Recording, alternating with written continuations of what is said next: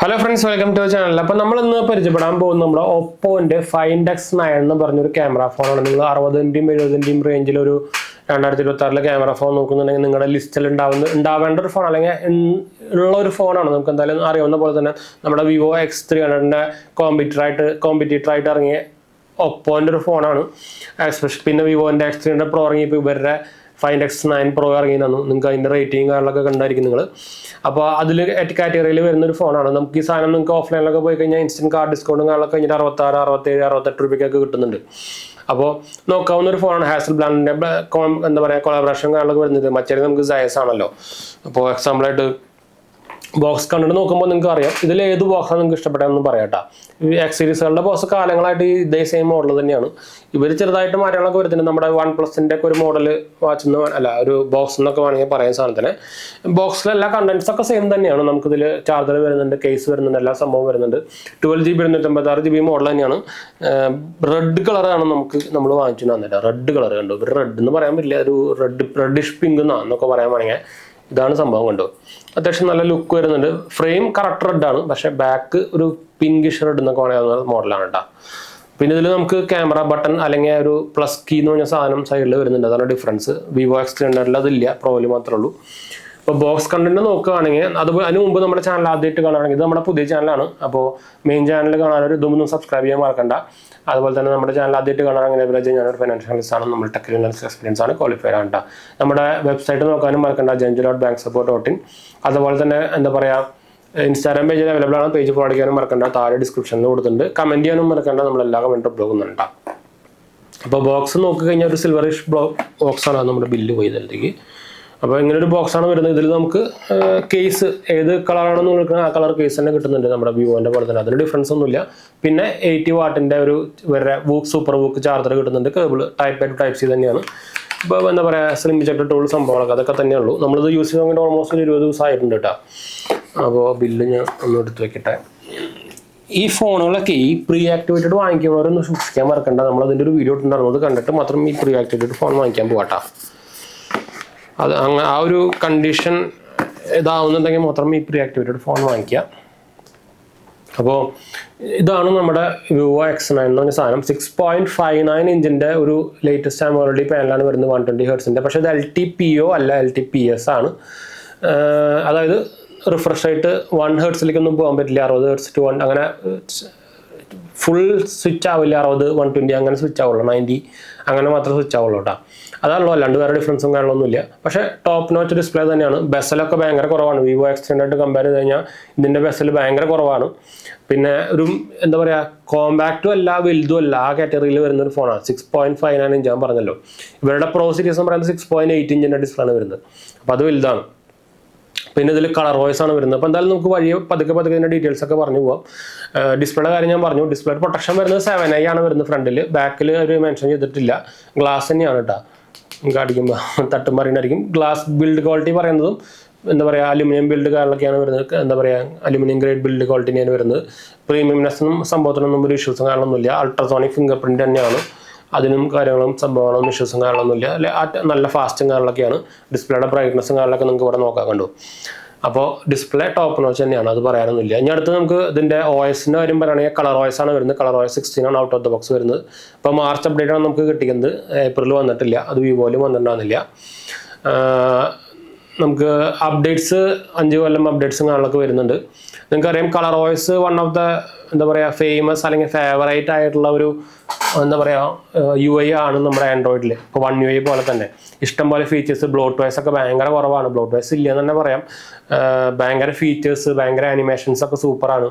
അപ്പോൾ അതേപോലെ അതിൻ്റെ ഒരു നമ്മുടെ X സീരീസ് വരെ ഫൈൻഡ് X സീരീസ് എന്ന് പറയുന്നത് നമ്മുടെ ഒപ്പോൻ്റെ നമ്മുടെ പ്രീമിയം സെഗ്മെന്റിൽ വരുന്ന ഫോണാണ്. അപ്പോൾ നിങ്ങൾക്ക് ഇതിൽ സോഫ്റ്റ്വെയർ എക്സ്പീരിയൻസ് ഊഹിക്കാവുന്നേ ഉള്ളൂ. കിടിലൻ തന്നെയാണ്, ഇഷ്യൂസും കാര്യങ്ങളൊന്നും ഇല്ല കേട്ടോ.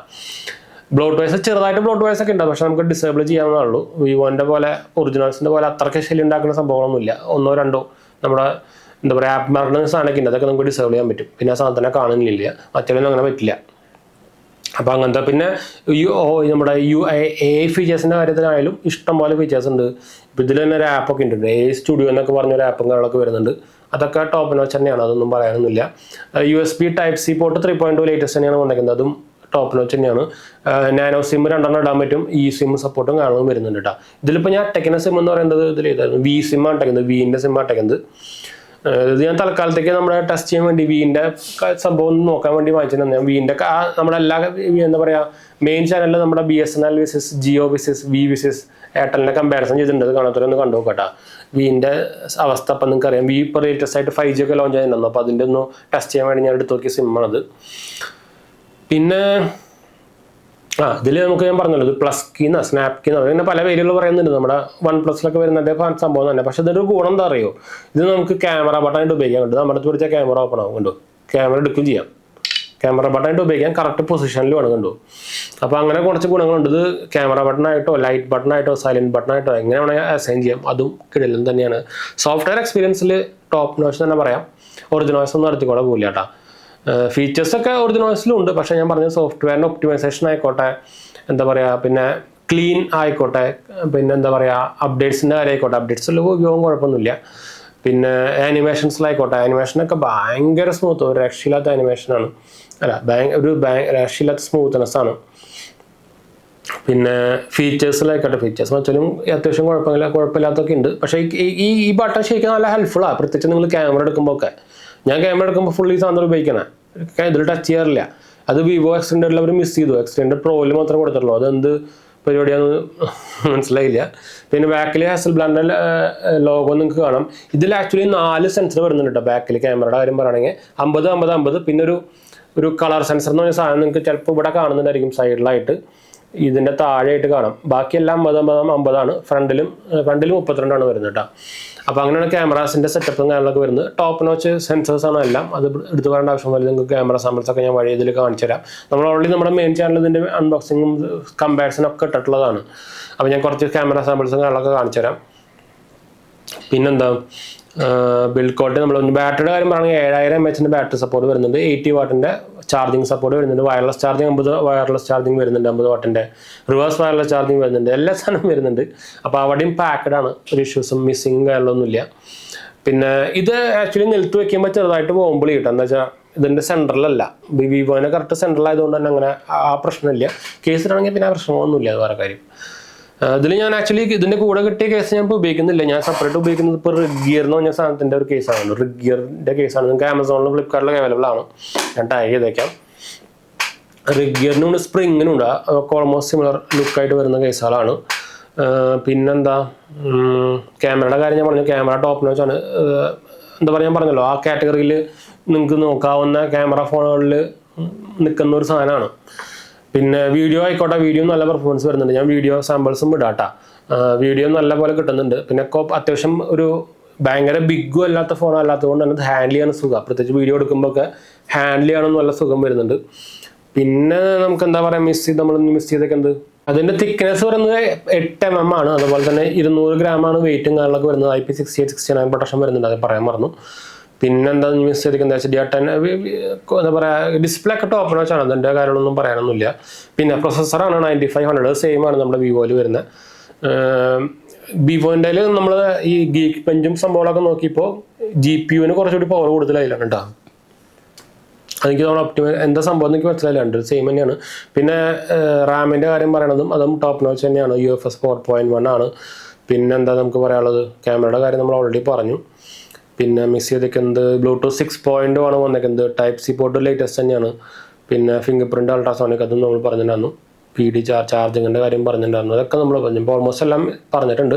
നമ്മൾ ആക്ച്വലി ഇപ്പോൾ ഇതിൽ നമ്മൾ വീഡിയോ ചെയ്തുകൊണ്ടിരിക്കുന്നത് ഇതെല്ലാം നമ്മൾ സ്ക്രിപ്റ്റഡ് അല്ല കേട്ടോ. ലൈവായിട്ട് നമ്മൾ യൂസ് ചെയ്തിട്ട് നമ്മുടെ എക്സ്പീരിയൻസ് ആണ് ഷെയർ ചെയ്യുന്നത്. അപ്പോൾ നമ്മൾ ബാക്കിയുള്ള ചാനലിൻ്റെ പോലെ സ്ക്രിപ്റ്റ് ചെയ്തിട്ട് അതേപോലെ ഒന്ന് വായിച്ചിട്ട് കാണാൻ പറയാൻ പഠിച്ച് പറയുന്നതല്ല. അപ്പോൾ ചിലപ്പോൾ ചില സംഭവങ്ങളൊക്കെ മിസ്സായെന്ന് വരാം. അതുപോലെ തന്നെ ഇത് റിയൽ റിവ്യൂ ആണ്, റീലല്ല. റീൽ എന്ന് പറയുന്നത് നിങ്ങൾക്ക് അറിയാലോ, ആർട്ടിഫിഷ്യൽ ആയിരിക്കും. അപ്പോൾ നമ്മളിത് നിങ്ങൾക്ക് നമ്മുടെ ബാക്കിയുള്ള വീഡിയോസ് എടുത്ത് നോക്കിയാൽ അറിയാം. നമ്മളിപ്പോൾ ഇന്നൊരു വീഡിയോ ചെയ്തിട്ടുണ്ടെങ്കിൽ അതിൽ നമ്മൾ പറയുന്ന സെയിം പാറ്റേൺ ആയിരിക്കില്ല അടുത്ത വീഡിയോയിൽ. നമുക്ക് ഓർമ്മ വരുന്നതനുസരിച്ച് നമ്മൾ യൂസ് ചെയ്തിട്ട് ഓർമ്മ വരുന്നതനുസരിച്ച് അതിനെ പാറ്റേണിലാണ് നമ്മൾ പറഞ്ഞു. അതാണ് ഞാൻ പറയാൻ കാരണം സ്ക്രിപ്റ്റഡ് അല്ല എന്ന് കേട്ടോ. അത് നമ്മൾ ഓൾറെഡി വീഡിയോയിലും കാണിക്കുന്നുണ്ട്, അത് വേറെ കാര്യം. അപ്പോൾ ഇതാണ് നമ്മുടെ ഒരു ഇനീഷ്യൽ ഒരു എന്താ പറയുക Oppo Find X9 ഒരു സംഭവം. എനിക്കിതിൻ്റെ ഇഷ്ടപ്പെട്ട കാര്യം ഏതാണെന്ന് ചോദിച്ചു കഴിഞ്ഞാൽ ഇതിൻ്റെ ഒരു ഒന്നാമത്തെ കാര്യം കളർ വോയിസ്, അതെടുത്ത് പറയേണ്ട കാര്യം തന്നെയാണ്. രണ്ടാമത്തെ കാര്യം എന്ന് പറയുന്നത് ഇതിൻ്റെ ക്യാമറ മോഡ്യൂൾ കണ്ടു. ക്യാമറ മോഡ്യൂൾ അത്യാവശ്യം ഇത് ഓൾമോസ്റ്റ് നമ്മുടെ OnePlusന്റെ ആ സെയിം ലുക്ക് തന്നെയാണ്. ഇതിൻ്റെ കോപ്പി എടുത്തിരിക്കുന്നതാണ് OnePlus. പിന്നെ ഈ കീ എന്ന് പറഞ്ഞ സാധനം അത് ഞാൻ ശരിക്കും സാധനം ക്യാമറ ഉപയോഗിക്കുമ്പോൾ ഈ കീ ഉപയോഗിക്കാമോ ഭയങ്കര ഇതിപ്പോൾ ഓഫാണെങ്കിലും നമുക്ക് ഈ സാധനം അമർത്തി പിടിച്ചാൽ ക്യാമറ ഓപ്പൺ ആവും കണ്ടു. അത് ഭയങ്കര ഒരു കൺവീനിയൻസാണ്. അപ്പോൾ അത് എനിക്ക് അടുത്ത് ഇഷ്ടപ്പെട്ട കാര്യമാണ്. പിന്നെ കളർവൈസിൻ്റെ കാര്യം ഞാൻ ഓൾറെഡി പറഞ്ഞു. അത്രയൊക്കെയാണ് എനിക്ക്. പിന്നെ ഡിസ്പ്ലേ എന്ന് വെച്ചാൽ വലുതുമല്ല ചെറുതുമല്ല, അങ്ങനത്തെ ഒരു ലുക്കല്ല ഒരു ഓവറോൾ ഫീലും ഡിസ്പ്ലേയും. അപ്പോൾ നിങ്ങൾ കണ്ടന്റ് കാണാനായിക്കോട്ടെ സംഭവത്തിനൊക്കെ നമുക്കത് ഒരു കറക്റ്റ് ആപ്റ്റായിട്ട് തോന്നും. പിന്നെ ഹെവി ആയിട്ട് തോന്നുന്നില്ല. 200 ഗ്രാം ഉണ്ടെങ്കിലും സാധനം പിടിക്കുമ്പോൾ തീരെ അറിയില്ല കേട്ടോ 200 ഗ്രാം ഉണ്ടെന്ന്.